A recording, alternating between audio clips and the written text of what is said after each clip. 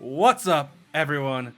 I'm Zach from Zach Just Games. I'm here with my friend Glenn Crozz or Jess Crozz or Jess Glenn, and this is the first attempted recording of our podcast that we've been wanting to do. I've been wanting to do that. I finally convinced Glenn to get into. Mm-hmm. I'm calling it the Game Storm Podcast. And you can Cool find name. me at twitch.tv/ZachJustGames, and you can find my man Glenn at twitch.tv/CrozzStorm. Links should be on screen for you to copy and down in the description. And this is our first podcast where we're going to attempt to have a good time and make each other laugh, but we're going to fail because we're actually recording, and that never seems to work out. Yeah, of course it never works out. You think about it too much. I think about it too much. Shit. So today we are going to just talk. We have a couple topics, and then probably whatever comes up. We'll cut the rest out later. One of our main topics, at least for the time being, is going to be the show RWBY. We've been pretty big RWBY fans. I have been since college, and I believe Glenn has been since, weren't you there since release, basically? Sometimes, yeah, since, I want to say since episode, since before episode 4 now, think about it. Yeah, I've been a fan since release, because I used to watch Red vs. Blue, and then they showed off RWBY and did all the RWBY trailers, and I was like, whoa, this looks cool. And then they showed off the Yang trailer, and then I was like, whoa, cool. And we actually started becoming friends because of RWBY. Like, we were on the public bus to college campus back when I went to college in Florida. Me and you went to the same college. Mm-hmm. And I didn't have headphones, so I said, YOLO, I'm going to listen to RWBY soundtrack out loud. Because at that point, I was okay with being a weeb. Now, not so much. But just let it take over you, Zach. Let it become you. Become darkness itself. But sometime after that, this little nerdy, like 4'2" kid with glasses comes up and is like, "Hey, yo, was that RWBY? Was that the RWBY soundtrack?" I was like, "Yeah," because I'm a total Chad. And yeah, that was exactly totally. Yeah, not like spicing up the story any bit. Yeah, right. Total Chad up there, right there. And he's like, "Hey, my name's Glenn, and we've been friends ever since, basically. I don't know why we've been friends, because I do shit like this all the time, but we've been friends ever since." Because as Lord Escanor puts it, I feel nothing but pity for everyone else. So there was no difference when I met you that day. No, you're just a cool guy, man. So we've had to go into RWBY a little bit, we've had our gripes with the series. We really kind of, at least in my opinion, it peaked in Volume 3. Was the best of it, and there's been a lot of hit or miss. But we still watch it because it's still a connection that we have. I go to RTX still. Not of course this year, but I was gonna plan on going at least one more year. And that's kind of where we are at. So today we're gonna talk, because it's the first episode, we're gonna talk about the episodes 1, 2, and 3. But I'm gonna talk more so about 3. Mm-hmm. And we're not going to talk about 4, even though it's out for first members, because we personally don't have a first membership. And additionally, because this is going to come out hopefully weekly, we don't want to spoil the episode before it's public for everyone, like some other channels do. So that'd probably be where we would be at anyways, only covering what was publicly available to everyone, not just first members. Yeah, I have to say, sometimes traversing YouTube's a nightmare, just because it's like, hey, yo, here's what happened in that RWBY episode that only first members could see. Here's like 2 minutes of it. Okay, no, I want to wait for the episode to come out without spoilers, but did you know that so-and-so happens? Yeah. So let's go ahead into it. So Well, do we want to start with the episodes, or do we want to start with kind of how we felt going into this season? I guess we should start with how we felt going into the season, because we need to give a baseline for what our expectations were. All right. So I'll let you kick this off. What was your feelings going into the season here, kind of in retrospect? Okay, so my feelings in retrospect, I feel like I have to go about how I felt since all the seasons beforehand. Like I agree with what you said, and season 3 was like, volume 3 was like the last really cool season, the last season that I was like, wow, I love this. It was one of the darker seasons, yeah, but it was the last season that I was like, yeah, this is top tier RWBY. Season 4 it wasn't as good as season 3, but season 3 was a climax, so it's not like I can expect it to be as good. And then we go to season 5. And how I'm remembering these seasons, I'll tell you right now, is I'm just pulling like up the openings of the seasons, and I pretty much just remember what happens in most of the season after looking at the opening. Season 5 is where things started going, oh no. What are they doing, guys? Who's on the writing team? Who's doing the storyboards for the fights? What do you mean, no one? Like, because I got into RWBY mainly because I'm a huge anime fan, but I also am very interested in working to be an animator. And the fights in season 5 were a lot of standing around. That's something that they didn't have a lot in the previous. So season 5 was like the down point. Season 6 and 7 weren't as hype we're nowhere as near. They were climaxes too, but we're nowhere as near hype as season 3 was, or volume 3, I should say.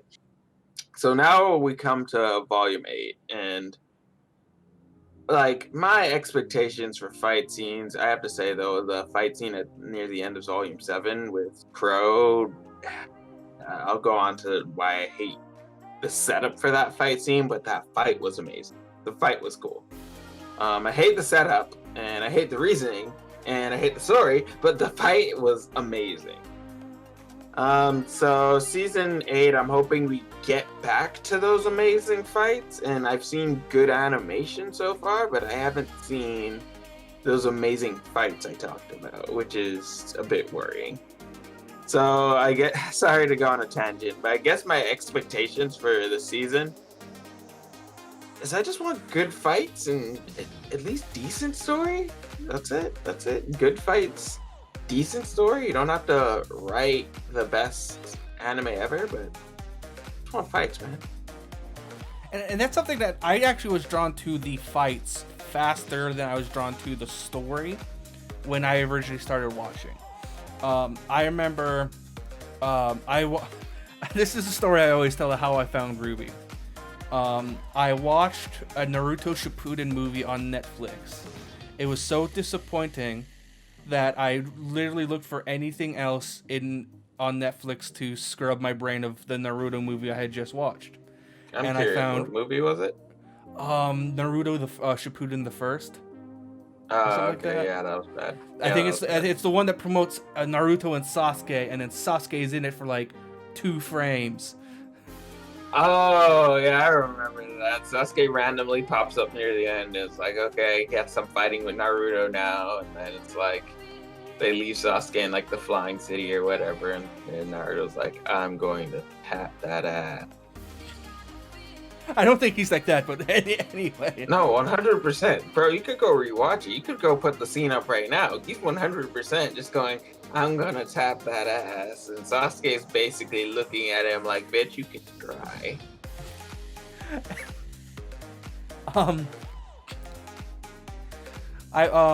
So I watched RWBY, and I remember I binge watched it. I basically binge watched the first season. in one sitting on Netflix. On Netflix, it's the DVD version where there's no cuts. It goes from one episode to another to another to another. I got to the Nevermore fight in season 1, and RWBY runs up the side of the mountain and beheads the damn Nevermore. And I sit there and I yell, "What the is this show?" so loud I wake up my neighbor. The next day I get home, I watch some of volume 2, and then I go online to see the reviews, and then I read that 3 days prior to what I had when I had originally found it on Netflix, Madiom had passed away. That's how like the lineup had happened. And I was like, I was always cool with the story, but I was always there for fights, because wherever the voice acting lacked in a certain scene, or the story kind of was choppy during that episode, if there was a fight scene, it was done. It was locked. So I've always been there for the fight scenes, but I've appreciated the story. And going to this volume, I'm like, man, this is it for me, man. This might actually dictate if I go to any future RTXs, which still kind of stands. But I didn't like the direction of the story and how it seemed to be catering to more real-life political issues in some sense of it, or tried to kind of tackle them in some way, or mention them without really without breaking the universe. That's at least how I feel. I also don't like how some of the stories are written between the characters, and I'm hoping this volume remedies it, but that's kind of where I stand. So we go into this volume here. Yeah, we don't have an opening fight scene. Let's start with the first chapter, since we're like building up everything. And this first chapter, we don't actually get a fight scene this season. Yeah, that's something like not all past, because again, when I started, I think it was volume 5 was the first time they started without a fight scene, and I was very nettled about that. I think it was volume 5 or volume 6. They started the first episode with 0 fights, and that was different from how they did all of RWBY beforehand.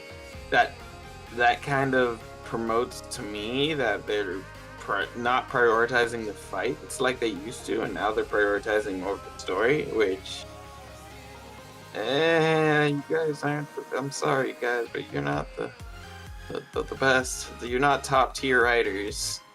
I'm sorry. I think from what I've found is that they actually some of it is writing centric issues. Some of it is also time based. So when I was at the last RTX, they announced they added 2 new writers and another director to their staff. And I think they have a different project they did manager. Wait, question: did they do that before or after volume 7? The last time I went to RTX, so the RTX 2019. 2019. So I want to say. This is when I knew they talked about it. They talked about it around then. Mm-hmm. So they have 2 new writers and those writers are there. So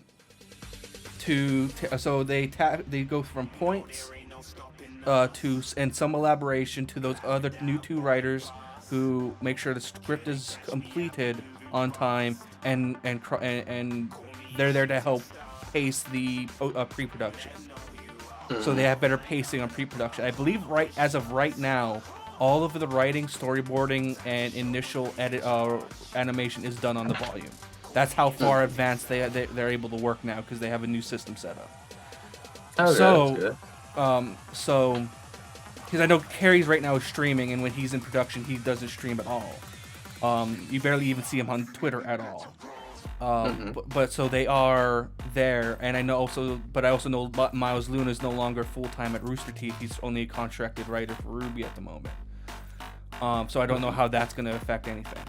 But yeah, this first episode, we have a lot of time with. We start with a lot of time with Cinder, Neo, and the Salem, but we don't have an initial fight scene, which at least in the previous volumes when there wasn't an opening fight scene, it was a little rocky, to say the least. Mm-hmm. How do you feel about how do you feel about this particular episode? Not evaluating that there's no fight scene. First episode. Yeah.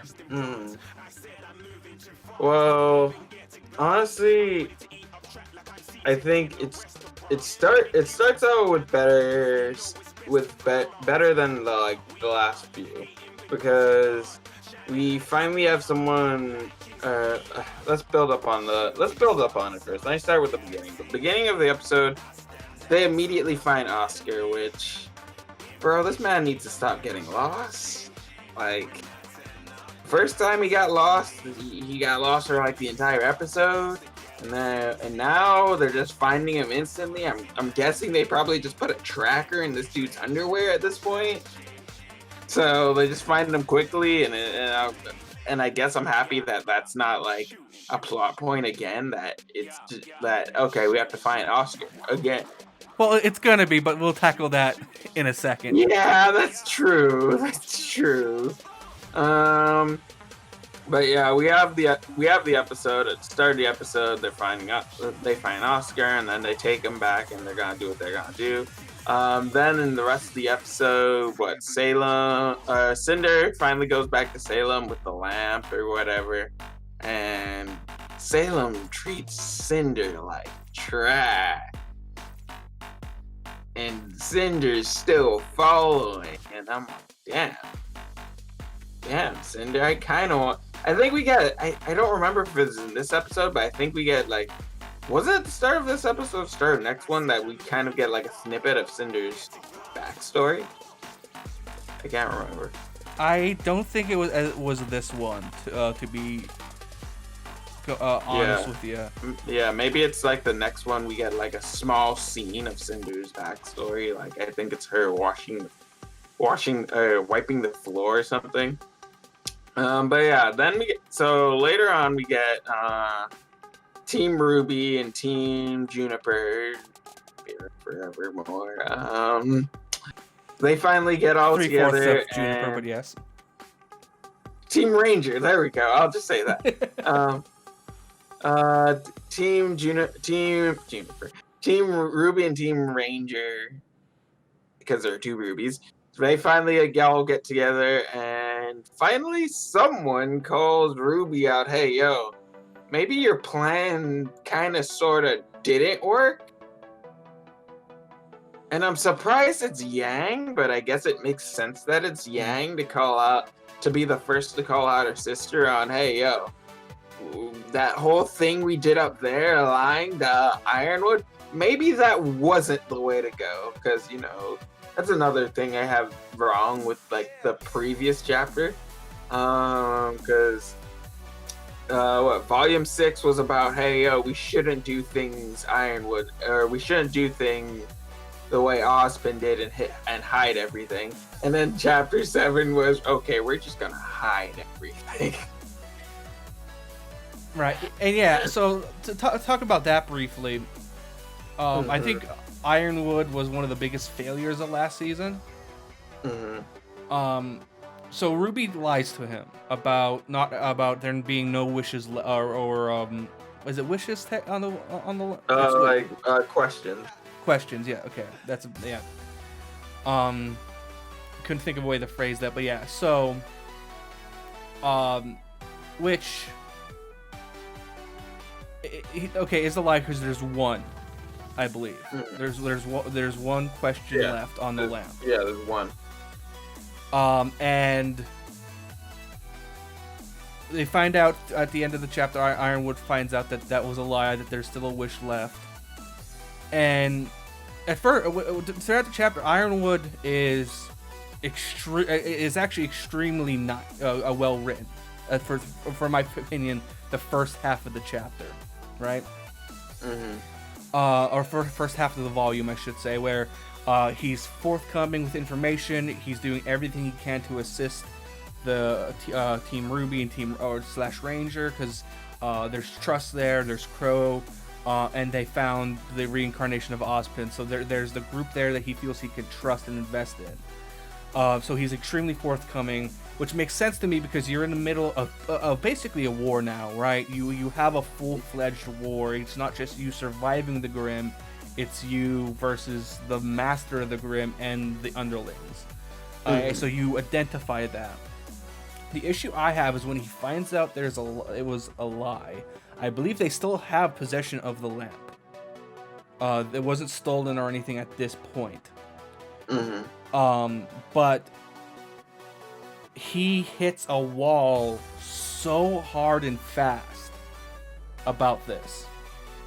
When previously it seemed like the character understood the situation, and then because that piece of information was withheld from him and there was a lie told, he drops off so almost unfathomably quickly that it kind of blew the entire episode or season out of the water, with the only exception that could have saved it was the speech from Ozpin at the end, where he just ends up shooting Oscar off whatever mountain or whatever, wherever they're at.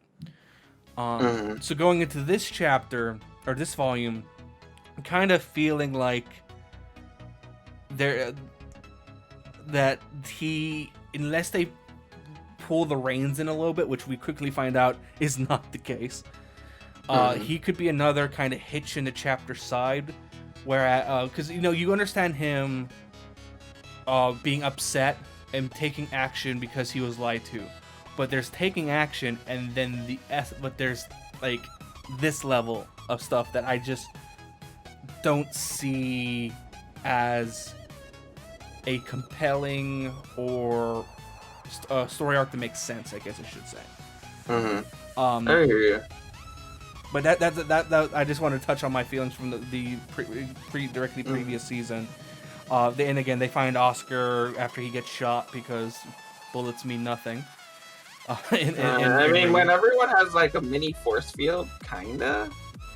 I mean, unless you're one of the... Yeah, that's another thing we'll have to talk about later in episode 1. Unless you're not a dude with a mini force field, then bullets mean a lot, bro.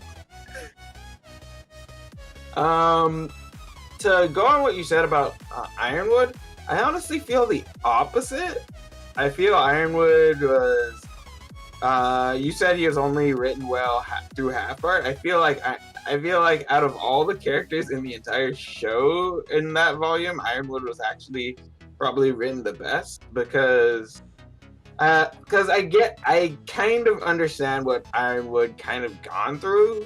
At the start of it, he's like, "Oh God, I finally have friends again." When he sees Team RWBY, and he even goes out of his way to hug Crow. And last time we saw Ironwood is this stuffy, it was this madman who was like, "Bro, Crow's drunk again. Like, God, like, why do we have to deal with this idiot?" And then when Ironwood and Crow finally see each other, Ironwood's like hugging Crow, like, bro, I went through so much. So he puts full trust in Team RWBY. And then, as a reward for putting full trust in Team RWBY, Yang and Blake, again, why? Now I kind of understand their side too, but still not the call. Yang and Blake tell, what was her name? Robin? Yeah. They tell Robin the truth about Anonymity Coliseum. So one Team RWBY's leaking information. Oh, yeah, I guess that's kind of a I probably don't remember that too clearly, but yeah, okay. Yeah, so that's the one. That's the first thing. That's the first thing that, like, you go from happy-go-lucky man to, well, he's never happy-go-lucky. He's super stressed out, but let me put it this way. He's stressed out, but I guess he feels, I want to say, a kinship to Team RWBY. He's like, I'm really stressed out, but at least I have someone else who knows what I'm going through and is here to help me through it. But the first strike is, okay, Yang and Blake leak information. I feel like the second strike would be Nora in that chapter in general, because Nora just kept questioning everything the man was doing. Nora was a sassy motherfucker that entire season, if I remember correctly. Yep. Yeah, I wish it was at least explained in a bit more detail why Nora was so sassy to Ironwood. I guess it's because she was poor growing up. That's the inference I want to make, but they never made a reference to that in that entire volume. But yeah, Nora just felt like they were leaving Mantle, bro, if I'm in Ironwood's position and I'm already stressed out about the whole situation, what I don't need is someone else repeating the voices in my head on, hey, yo, you notice everything's bad, right? Bro, I'm freaking out that everything's bad. Yeah, but I'm just wanting to tell you, I just want to tell you in a really loud voice that everything is really bad. Yeah, so Nora, so that's the second strike. Nora was just like, God, Nora, why are you like this all of a sudden? You don't have to go full Ren and be like, yo, I'm a soldier now. You don't have to do that, but at least don't add upon the stress, girl. Come on. I love you, Nora, but come on. So that's the second strike. And the third strike, and I think is the straw that broke the camel's back, is when Oscar decides it's finally time to tell the truth. Which, bro, at that point, I think you just keep lying. I think you already dug your grave and you just keep lying at that point. At that point, I kind of think you just go, okay, you know, time to go with the Ozpin that's within me and let me just lie my ass off. But no, you decide, hey, yo, I'm going to tell Ironwood the full truth. Because at this stressed out point where Salem's literally at our doorstep, I think he will it. and right now, I just want to point out the last time someone learned the full truth, the last person who had 100% faith in Ozpin and then learned the full truth immediately punched a small child. That was Crow. He immediately punched a small child into a tree. I forgot about that. So, I mean, okay, that was Crow's reaction to the full truth after trusting Ozpin. Ironwood's reaction is what Crow's reaction would have been if Crow was already stressed out beyond I'm not gonna punch you, but I am gonna shoot you. Bro, that shot was 100% viable. It's like, so Oscar has a grand plan of telling Ironwood at his, just imagine your stress level, Zach. You have your stress level at 90%, then it goes to 100% because your team is leaking information. Then it goes to 200% because now you have to deal with Tyrion and Watts lurking around, and Salem probably coming soon because her henchmen are here. And then after all that, you get this bombshell dropped on you. Oh yeah, by the way, not only were we leaking information, actually no, I think he learns they're leaking information afterwards. But not only do you have to question who you can trust now, you no longer have to question who you can trust because we've been lying to you from the start. Well, just to expedite the stuff a little bit here. Mm-hmm. So we can agree and disagree. I see your point a little bit more, and I can kind of lighten up on my opinion from Ironwood from last volume. Mm-hmm. But Um, to go to this volume in the first episode, Ironwood shoots a man in cold blood. Yeah, no, like no okay. mercy. Just straight draws and pops. Wait, before we talk about that, the quick thing, Team RWBY breaks up into 2 teams, which always ends well for the story. Yeah, I'm not too mad about that. I mean, breaking up into teams is like, sure, I guess, because I don't know. I watched a lot of Scooby-Doo, bro. They always split up and search for clues. My issue with it is that it feels like the reason they split up is because the team as a whole, with all the members there, is too strong to viably take down at this point unless you put Salem in front of them. Yeah. But the only way they could write their way out of that is by splitting them up and creating artificial flaws, so to speak, within the team.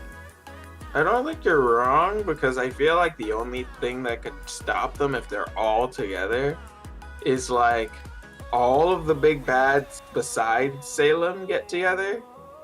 I mean, it'd be like, yeah, I'd have to take all of the big bads besides Salem to get together to be Team RWBY plus Team Ranger plus Penny, who's a maiden now.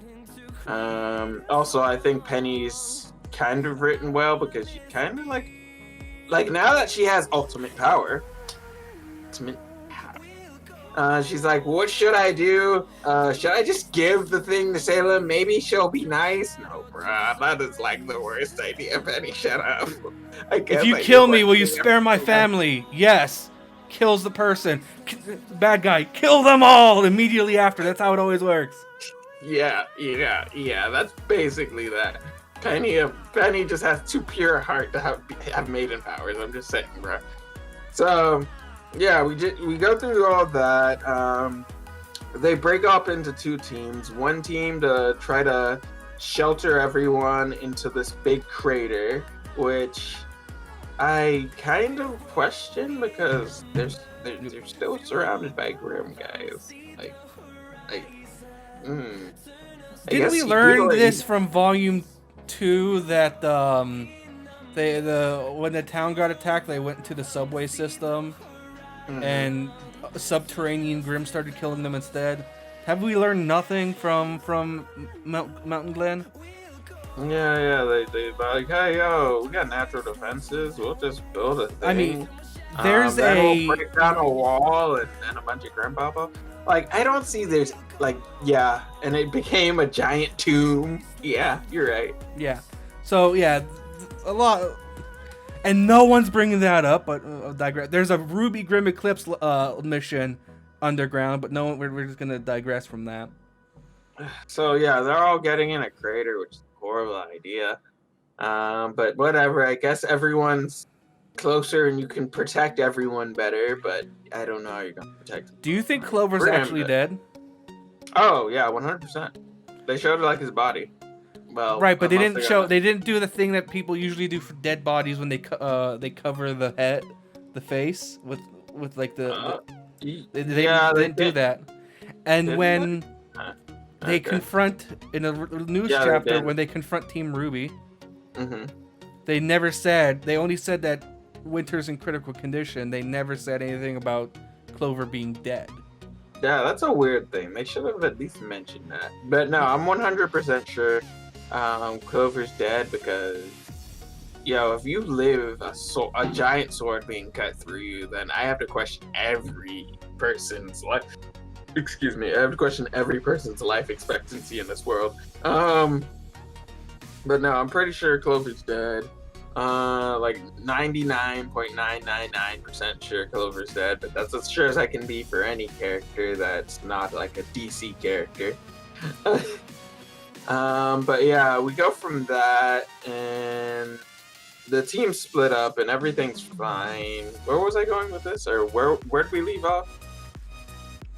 Oh, I was moving forward a little bit with some of the stuff here. Yeah. I think the only thing to move forward with is, yeah, like you were what you were saying before about Ironwood cheating the guy, which again I think in the last volume his writing was like 100% on point, and then I feel like whoever was writing him last volume left, and now someone else is writing him. That's what I honestly feel at this point. But yeah, we know Winter is still recovering, which is good because if I wonder what sensu bean magic they had if she was up and about already, because literally the end of the last volume takes place like 2 days before the start of this volume or something like that. Like it's almost immediate. So to have like that type of sensu bean healing would be insane. Yeah, I was wondering, hey, I saw her fine in the opening. Do they have like what's it name? The healing pod from like Freezer's army that they put Goku in? Oh, we'll just throw him in a healing pod. We don't got sensu bean, but we got healing. But the two teams also split up. We know that basically Yang's team is going to help in the slums area, gather people, get people to safety, and Team RWBY is going to infiltrate a military base, as you do. Infiltrate a military base and launch the thingamajig, the big Amity Tower, and tell the world about Salem, which... Right. Sure. I mean, I don't see how, like, RWBY's being hopeful and like, hey, we'll tell the world about her, and people will immediately come to help us. What? Oh, you're across the world, RWBY. Let me just get my instant transmission up real quick. Exactly. At most, what will happen is y'all will die, but Salem will go. But everyone else in the world will go like, "Wow, Salem just killed two countries. Maybe we should like get together and not die." Find out an alternative way of living at this point, because so no bueno. Yeah, so I guess everyone in the world will hear about it, and only you guys will die. So I guess that's what a hero would do. And RWBY's like the hero, so sure. Anything else we want to talk about for the first episode, though? I'm kind of blending the first couple episodes together a little bit, just to speed things up. Because in the second episode, I believe it's the second episode. Let me double check my episodes here. Yeah, episode 2. Everything's cool. Nothing big has happened until the end of the episode, where they lose Oscar again. Because gotta do it again. Same old storyline. It's not at least fight. This time they're 100% sure he's kidnapped, because they kind of just watched him get kidnapped. It's not a fight in this. It's a mugging. a solo Grimm mugs the shit and just snatches everybody's chain off their neck, right? Pulls a Jeffrey Epstein and steals a small child and buggers off. That's what happens in this chapter.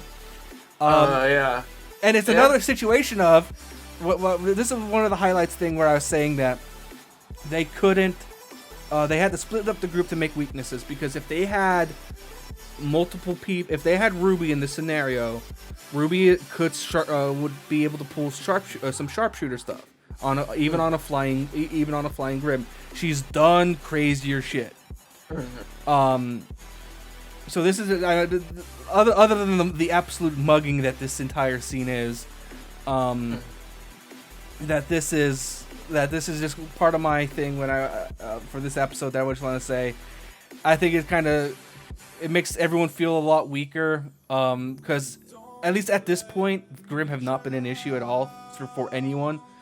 At least an individual Grimm solo has not been an issue for anyone. To try and convince me that this one Grimm is that much of a threat is it gets there a little bit because of all the things they show that individual Grimm does, like talk, but it's not absolutely convincing because you don't have the people who could have really done stuff there. Even Ruby's eyes alone counter that entire encounter, which makes me feel like that's another reason they have to split up the group to counter the strengths that every character brings to a party. Yeah, but I agree. That's all I really have on the second episode. Yeah, the only thing I want to mention before I mention the whole thing with the Grimm. Actually, no. Let me mention the whole thing with the Grimm, and then I'll do a little backtrack. So much I hate about that scene.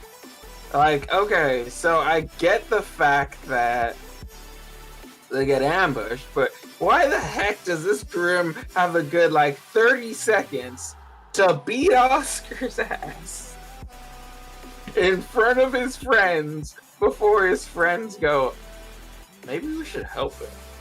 Maybe we should do something, John? What do you think? And I think Oscar's got it. Oh! Yeah, he's got it. Oh! He just broke my leg! Help anyone! Please, he just broke my goddamn leg! It's basically Oscar screaming and flailing before he literally gets stomped and cut. So No, sorry, go on, yeah. Yeah, sorry, yeah, so they all watch that, and then they're like, oh shit, Oscar! It takes this man getting his aura broken for you guys to do anything, and then you're like, oh no, we can't hit him because the Grimm is smart and using Oscar as a shield. Yang immediately gets knocked to the side. Ren hits him. So your previous statement of, hey, yo, the Grimm's using Oscar as a shield, cool, that's like a 3-foot shield, bro. And we're on 3 different sides of the Grimm. So unless this man has video game 360 degree in a second turn, yeah, no, what? Hit him. And then, after the whole thing, give him back. No! That no apparently is a new spell in Dota/League of Legends that stuns all your opponents for a good 10 seconds while you charge up your ultimate. While you're Dragon Ball granted, Z it's shocking. Granted, it's shocking to hear Grimm speak. All right, I understand that. Yeah, but something about that just screams you should kill it with fire a lot faster if it's talking, right? If it's speaking, it's a Grimm that really needs to be taken care of a lot faster than anything that they're doing. I'm not saying that it shouldn't be a stun. I'm not saying this Grimm talking shouldn't make them pause for a good 3 seconds. Wait, what? Wait, what did y'all? What? But I'm saying that should immediately make you go, oh god, we have to finish this fast. He's evolving! But yeah, instead of doing anything, they watch this man drag over Oscar, put Oscar down for a moment, change form, so power up Dragon Ball Z style, change form to grow the wing. Again, maybe that's a bit shocking too, but bro, come on, guys, you're huntsmen. You guys don't have time to go wide-eyed for a good 20 seconds. So he changes form, gets some wings, picks Oscar back up, and flies away. And it's only after he flies away that they're like, oh shit, maybe we should we should get back up and get on our bikes. We should do something. So that whole scene is I understand what they were going for, but I feel it was not. like whoever storyboarded that obviously just put too many seconds between scenes. Yeah, if they made actions a little bit quicker, Mm-hmm. it would have been it would have probably came off as a lot smoother. But like it's the Dragon Ball Z of I'm gonna let him get to his final form. No, you never let something get to its final form. If you can kill it with fire, you kill it with fire. Mm-hmm. But so I want to move this into because we are at 45 minutes right now. Oh yeah, okay, but there's one more thing I want to point out really quick. Why the heck at the start of the episode is Crow mad at Ironwood that he teamed up, Crow teamed up with Tyrion to kill his best friend? Why is Crow mad at Ironwood for that? Why? Who wrote that? Who the heck is writing Crow? Because it's the opposite of Ironwood's writing last season. I'm just saying.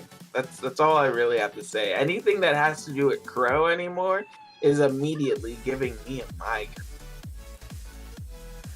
migraine. Okay. So then I want to move to the next episode here, just to make sure we cover everything. Because this is episode 3. This is the last publicly available episode. As long as I get this out before, which I should. Mm-hmm. So this is a team RWBY centric episode, or RWBY centric episode with Ruby, Blake, Weiss, Nora, Penny.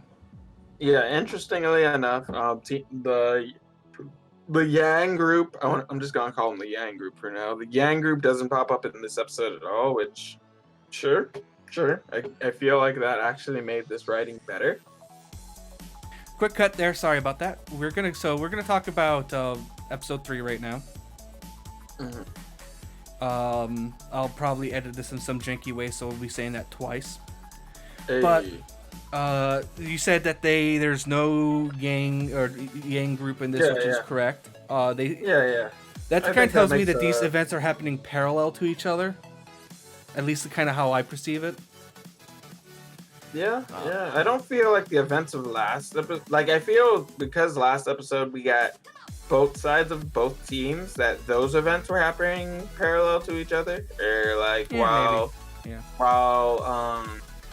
Oscar was fighting for his life against a rabid dog, Team RWBY was piping up to Atlas, I guess.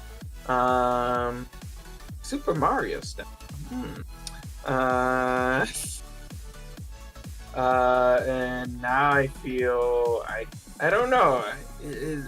Are they just chasing? I guess we'll figure out after or when next episode. But maybe Team Yang is just chasing after Oscar at this point. God, probably you're like 200% right. If they had literally anyone, think about that. Literally everyone in RWBY's team is like a long-range shooter. Think about that, Zach. Like the only person RWBY, Penny. Yeah, like the only person I don't think that could hit them from a distance is Nora, because Weiss could do the Hornet. Weiss could summon a Hornet. Blake. Okay, maybe not Blake. Blake, maybe not Blake. I'm not sure how good she is at sharpshooting. Blake, her weapon isn't the strong suit. It's the blade she uses. I think is her real strong part of her combat. Yeah, I think her strength is more her utility rather than like I can kick butt. No, it's more I can be an assassin if need be. I can be the rogue. Right. So I'm gonna ignore a lot. I want to just cut straight to what I want to talk about. Because in chapter 3, there's what I'm calling a retcon, and you might disagree with me that it's a retcon, but in my opinion, it's a damn retcon. They re-explain Ruby's semblance. Basically, she can break things down to a molecular level and carry it at a high velocity from point A to point B. So what I want to get across here, and why I think this is clearly a retcon and not intended from the start of the story. During Volume 3, if she breaks herself down in a molecular level and moves quickly from point A to point B, I want to point out that in Volume 3, Mercury kicks RWBY straight in the molecules. Alright? That man kicks molecules. Alright? I'm gonna say it one more time. He kicks her straight in the molecule. Alright? This is why I believe it's a retcon. Because I'm not gonna I don't care about Salem or Cinder or Emerald or Tyrion or Watts. I want to care more about the bad guy who can kick you in directly in the molecules. All right? Who can target a molecule with a kick. That's the villain I'm concerned about. That's my Dio. I just want to bring up a thing, an anime thing. Okay, so in the anime, what's it name? In the anime One Piece, in the anime and the manga, we have characters that can turn into like fire, that can turn into lava, that can turn into sand and things like that. So it begs the question: how do you beat these guys? The first guy who could turn into sand was like, bro, we can't touch him. But then they realized that his weakness was water, so they could hit him with water. But later on in the story, so they don't have to like. And God, One Piece's writing is amazing, by the way. Later on in the story, we learn that everyone has the potential to learn this special technique called hockey. And with hockey, you can hit people that are intangible, basically. But no, there's nothing in RWBY like that. This dude just said, hey, yo, I'm just going to, even if you currently don't exist, I can still hit you. Like, that, it's just even amazing to me. I can still kick you in the balls. Like, even if your balls don't exist, I can kick you in the balls. Like, I understand, it's probably a retcon. It probably wasn't thought of then.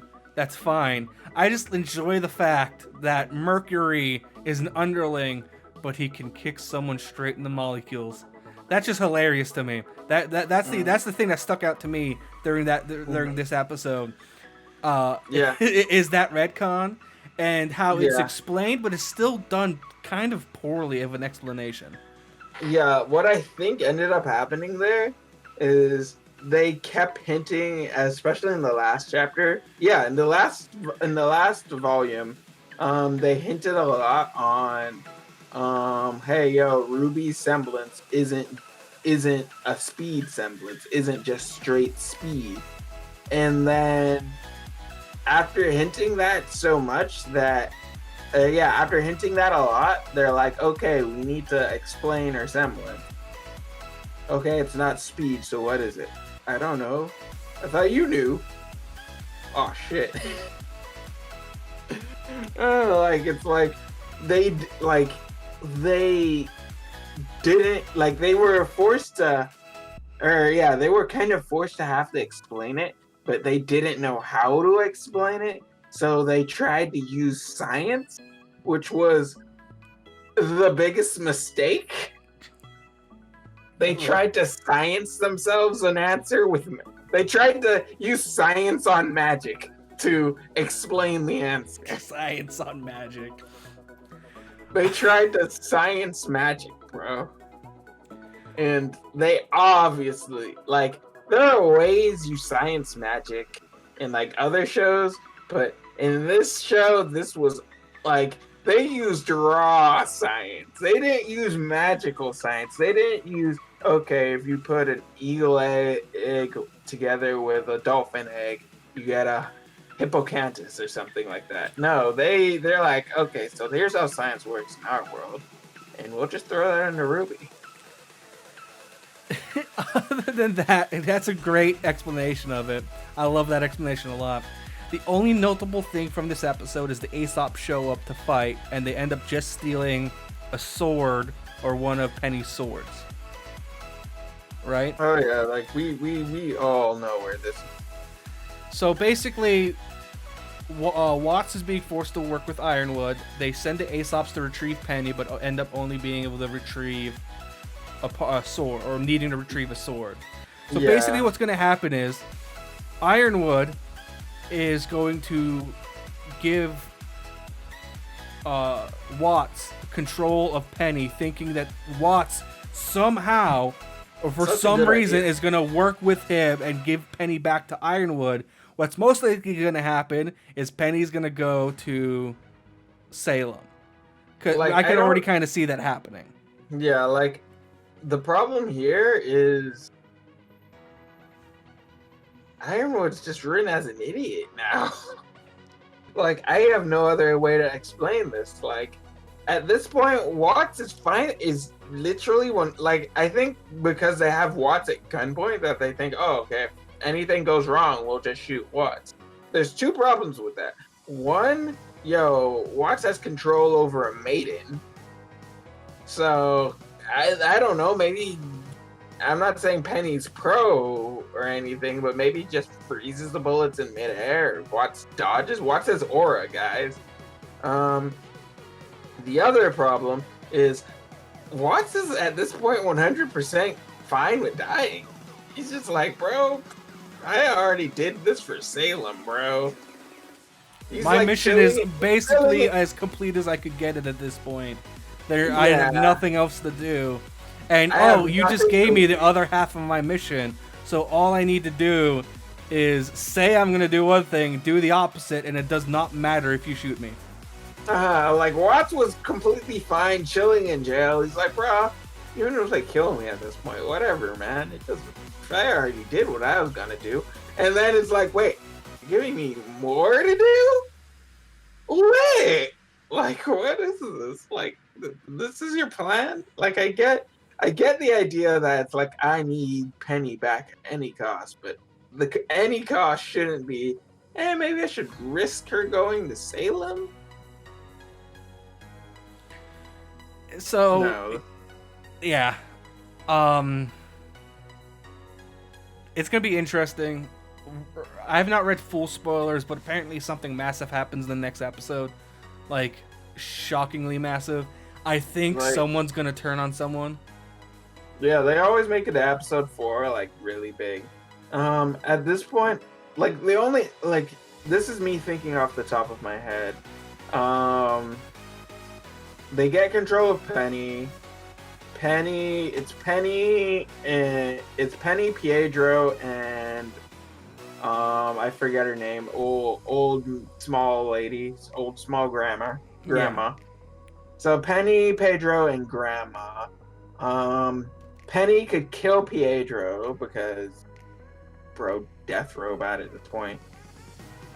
Because Watts hacks, or if anything, Watts hacks Penny, and then takes over Amity Coliseum, and then he could do whatever the heck he wants with Amity Coliseum. Like, think about that. He could, hey, I'm going to have Penny broadcast to the world that, I don't know, we're going to war, screw everyone in the world, or, hey, Penny, just flip off the bird to everyone in the world. Cool, now Atlas is at war with the rest of the world. That's remaining at this point. That's remaining. Let me just screw over instead of, hey, let's tell the world about Salem, it ends up being, hey, let's flip off the world and get the rest of the world fighting while Salem fights the rest of the world. So instead of having having Salem have to 2v1 the last two cities or whatever, it's now a 3-way. Like, there's so many things that could go wrong for Team RWBY right now. I think I'm going to save the rest of the conversation for because we're at an hour right now, and there's still one other thing I want to talk about one main thing. If anything, we can make. Wait, Zach, think about this. If anything, we could just make this a 2-hour podcast and just break it off into like. I'm not breaking this a 2-hour podcast until you bring things to talk about, motherfucker. Fine. This guy's like, yeah, I'll do a podcast. Sweet. Here's my topic I want to talk about. What do you want to talk about? Man. I carry this team. Anyway. Cool. So we'll talk more about RWBY next week. As long as everything goes smoothly and we continue to do this weekly, we'll be talking about the episode that's out for everyone for free instead of the newest one that's out for first members, as we said at the beginning. Okay, but wait. On closing statements, how do you feel about this volume so far? I don't have enough to really. Rate it from 1 to 10, I guess. So 6. Far. 6. It's above average, but I need a good fight. I need them to. There's a theory that might save all the hardcore fights for the final couple episodes, because the fight we had a mugging, and then we had the Aesop's versus Penny fight, which wasn't a very detailed fight. Like there was a lot of close-ups. It was a lot of close-ups. Yeah. I feel that was decent just because they were in a closed room. Like they were on a bridge, so there wasn't like too much crazy things they could do there. Besides the fact that Penny could fly, but so far I'd give it a 5. Heck, I'd probably give it a 4 if they put more Crow into the episodes, because again, Crow is like the big glaring thing that I honestly don't want him in any scenes this season, just because they don't know how the heck they're writing him. Right. But yeah, I'd probably give it a 5, if anything, a 4.5, just because Crow's such a glaring insight or whatever. Okay. I can see that. So we're gonna move on to my topic. We're probably gonna wrap it up. I also have stream in an hour and a half. So yeah. Sure. So also check out his stream, guys. Oh, and hopefully he starts streaming soon. Again, links to our Twitches will be on screen above us, hopefully. So I shared this a little bit with you, but I've come to a conclusion here. I have fallen down multiple 4 a.m. existential crisis rabbit holes watching VTubers. It's great. It's fantastic. I love being up at 4 a.m. wondering why I'm still alive. But hey, look, I have a VTuber on my screen, so I can at least distract myself from that question. It's the first step to becoming a full-fledged weeb. So I'm not going to talk about like all of them. I don't watch full streams. All right, I'm not that synced in where I'm watching 2-3 hour live streams. I'm watching kind of the best ofs, and I've come to the realization, all right, that VTubers are the YouTube equivalent of professional wrestlers. I mean, So the parallels are uncanny, all right? In professional wrestling, sometimes you play a character. Sometimes that character is way out there, like The Undertaker. Sometimes it's more personal, like Kevin Owens. Mostly, though, that character is driven up to 11, and sometimes they wear masks or things like that, like a luchador. You know, like how VTubers are people who play a character behind an avatar, where their personalities, because they feel secure, which is not a bad thing, by the way, they feel a lot more secure behind the avatar, which is fantastic, so they kick their personality up to 11. And some of the personalities are out there, like Mori Calliope, which is the apprentice to Death. She's Death's apprentice. That's her character. Or you have Guragara, I believe that's how you say her name, probably not, don't kill me, who is a shark person.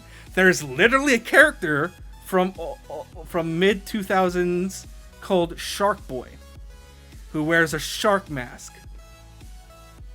The parallels are uncanny. VTubers are YouTube's professional wrestlers. All right, and I am not backing down from this statement. All right, because I don't think you're wrong. I don't think you're wrong. I won't say like you're definitely not wrong. now I know there's a bunch of like Rule 34 art on VTubers because of course there's gonna be. What I want is a call to action on the internet. I want them to start drawing VTubers as professional wrestlers. I need this fan art in my life. All right, Oh, this God. is my thing. This is my topic, and it's not gonna last nearly as long as I thought it was gonna. But it's my topic nonetheless, and I'm super excited because now whenever I look at a VTuber, I imagine what their entrance music's gonna be. Oh god. Because that's the thing in professional wrestling. That's the only thing they're missing. Video. Like I haven't jumped down the VTuber rabbit hole yet. I'll say it like that. If I do jump down the rabbit hole, God knows I'll jump down that rabbit hole. I won't hear from you for weeks. Yeah, sounds about right. I won't spend any money, mind you, because God knows I've donated to streams. Like I subscribed to your stream for a while. I've subscribed to like 2 other guys, and it's just like 2 other League of Legends streamers, just because they helped me learn the game. Watching them helped me learn the game, and helped me get diamond. So I miss being diamond, but not that. But Not enough to play League of Legends. But yeah, it's like, that's a rabbit hole, bro. I'm not sure if I'm financially able to jump down that rabbit hole. You're telling me I get to watch a bunch of waifus be a bunch of waifus, bro? That's like half the reason I watch anime. I like how there's a very cool divide too that happens, right? There's the YouTube side of it, which is mostly Hollow live streamers.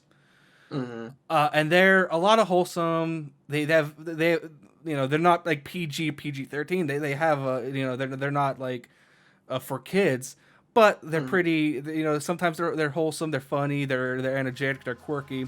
You could theoretically have a kid watch them, but you'd have to tell there's some language that it's used that's not kid friendly. And then there's the Twitch side of it. That's people like Project Melody, Silver Veil, and Iron Mouse, who is literally all dick, ass, and sex jokes. So it's literally like the age rating is divided by the website right now, which is fantastic. Yeah, there's just some people who just want to see girls talk about dick, ass, and sex jokes. They'll go to Twitch. That's fine. If for more of the wholesome with the occasional dick joke, from at least from what I see, that's the YouTube side of it. It's a nice divide, so you could pick your lane and stay there when you do eventually take the plunge. Because I have a feeling one day you'll be there, my friend. And even if you're not fully invested, and you're partially invested like me, where you like watching the occasional highlight video, you'll have a good old time. Yeah, actually, I lied. There is one full stream I did watch, but it's because it was Maury Calliope's. She's also a rapper, and she's a really good rapper. I think I sent you one of her videos, or one of her songs, and she did like a live concert, which was pretty cool. Yeah. I think I don't remember. I might. I don't remember. I have to check my inbox. But yeah, like, I don't know. It's a rabbit hole. If anyone has a good VTuber I can watch, I guess, in the comments. Anyone They're all good. They're all good. Oh god. The Weeb in Me. The Weeb in Me's releasing. Oh god. I remember what was his name? What was his name? Just put out a video, like a couple weeks ago. Put out a video on VTubing. Nuxtaku. Not Nuxtaku, but I also watch Nuxtaku. No, he's funny. He's crazy. I like him. He's Omni. Yeah, Omni put out a video on a Chinese VTuber, making racist black jokes, and he's like, I'm okay with this. And I'm like, Omni, no. Wait, Wait, was it the Japanese VTuber that said the N-word? I don't remember if Japanese or Chinese. I believe it was Chinese. It might have been Japanese. Yeah, it probably was Japanese because I think they just named him. This is Enchan. I've not seen that, but I might have to. I'll link you to Omni's video. But I'm just like, oh god, and this is his basket. He's gonna go use it to go pick cotton. And I'm like, no, that was not actually said, was it? Yeah, no. Yeah, I will link you to that. Point is, VTubers are probably if Omni is like, yeah, no, I'm okay with this. VTubers are probably just going to become our new overlords, and at that point, I guess I'm new waifu overlords, better than any of our presidents, I guess. Oh God! All right, that's not this podcast. We're not going to go there. The political is, you do you, boo boo, with your political stuff. It's not going to be. I'm going to keep that in because it's a funny joke, but they're not going to. This is not a political podcast until it is. Then we're getting paid by someone. Oh God! And then we're obviously getting paid by someone. Let's always make jokes and references, but let's never go down that rabbit hole. This stream is brought to you by Kim Jong-un. Did you know Korea is a very no. Stop that. No, I don't need that. Okay. But if we do get political, it's because we're being paid to at that point. That's the only thing I can really say. No, I just want to tell any future presidential candidates, I am 200% a sellout. If you put enough zeros on a paycheck and give it to me, I will do anything you ask. So today's stream is brought to us by Adolf Hitler III. Now ignore the name. I might have to cut that one. That one might have to get cut. But before this goes any further, I think we should end this. Yeah. Let's end while we're ahead. And before we get canceled. And before we get cancel cultured. Mm-hmm. So thank you guys for watching this very weird version of the initial release of the Game Storm podcast. I'm Zach from Zach Just Games over on Twitch. This is my partner in crime. Say your thing. Where can they find you? Storm. Oh yeah, you can find me on Twitch at twitch.tv/CrozzStorm. That's with Z's instead of S's because I'm Edge. And yeah. And this has been episode 1. Hopefully this actually goes up and we don't cancel ourselves. Thank you guys for watching. Have a good one. Cancel myself. I want to. Peace.